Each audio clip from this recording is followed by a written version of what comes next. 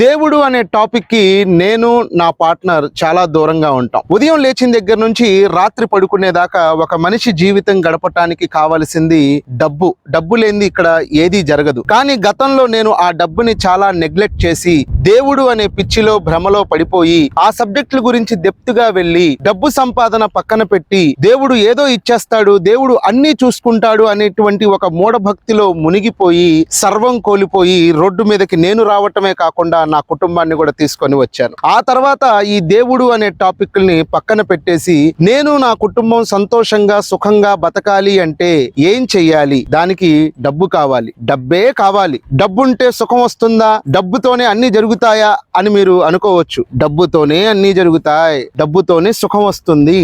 కానీ ఈ విషయాన్ని నాలాగా చాలా మంది నెగ్లెక్ట్ చేసి దేవుడు దయ్యము అనే టాపిక్ల్లో పడిపోయి గంటలు గంటలు వాటి గురించి డిస్కషన్స్ చేస్తూ వాట్సాప్ల్లో కొట్టుకుంటూ తిట్టుకుంటూ ఫేస్బుక్ల్లో బూతులు పెట్టుకుంటూ మన జీవితానికి దేనికి ఉపయోగపడనటువంటి విషయాన్ని గురించి గంటలు గంటలు చర్చిస్తూ సమయం వృధా చేస్తారు. మీలో ఎవరైనా దేవుణ్ణి నమ్మండి, దయ్యాన్ని నమ్మండి, నాకు వచ్చినటువంటి నష్టం ఏమీ లేదు. కానీ నేనైతే నమ్మను. ఆ నమ్మను అనే విషయాన్ని కూడా గట్టిగా ప్రచారం చేసి మీ అందరినీ మార్చేయాలి అని కూడా అనుకోండి. దానివల్ల నాకు రూపాయి ఉపయోగం లేదు. చెప్పాను కదా, నేను ఉదయం లేచిన దగ్గర నుంచి రాత్రి పడుకునేదాకా నా చుట్టూ ఉన్నటువంటి బాకీలను ఎలా తీర్చాలి, ఈ బాకీలన్నీ తీర్చేసిన తర్వాత నేను, నా భార్య, నా తల్లి, నా బిడ్డ ఎలా సంతోషంగా ఉండాలి, దానికి ఏం చెయ్యాలి, ఏం చేస్తే ఆ సంతోషం వస్తుంది అన్నది మాత్రమే ఆలోచిస్తాను. ఎందుకంటే నేను రోడ్డు మీదకి వచ్చినప్పుడు నాకు కనీసం ఒక పూట తినడానికి కూడా తిండి లేనప్పుడు ఈ దేవుడు దయ్యాలు అనే టాపిక్లు నాకు దేనికి ఉపయోగపడలేదు. డబ్బు మాత్రమే ఉపయోగపడింది. మీరు ఆలోచించండి, ఉదయం నిద్ర లేచిన దగ్గర నుంచి రాత్రి పడుకునేదాకా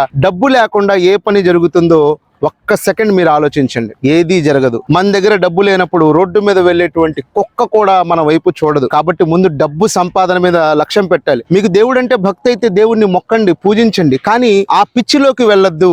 ఏది కూడా ఒక ఉద్యమం లాగా మిగతా పనులన్నీ పక్కన పెట్టేసి ఉద్యమం లాగా చెయ్యొద్దు. నేను దేవుణ్ణి నమ్మినా నమ్మకపోయినా దాని గురించి నేను చర్చించను, వాదనలాడను. ఎవరైనా నమ్ముతున్నారు అంటే ఓకే నమ్మండి, నమ్మట్లేదంటే ఓకే నమ్మొద్దు. అంతే తప్ప దాని గురించి వేస్ట్ చర్చలు చేసి నా సమయాన్ని అస్సలు వృధా చేసుకోను. ఎందుకంటే నాకు నా సమయం చాలా విలువైనది. నేను, నా కుటుంబం, మనకేదన్నా సహాయం చేసే ఓపిక ఉందా, ఎవరైనా ఆపదలో ఉన్నారా, ఏదైనా చేయగలమా, చేయటం. అంతే తప్ప వేస్ట్ టాపిక్ల గురించి గతంలో లాగా నేను మాట్లాడి నా సమయాన్ని ఏ మాత్రం వృధా చేసుకోను.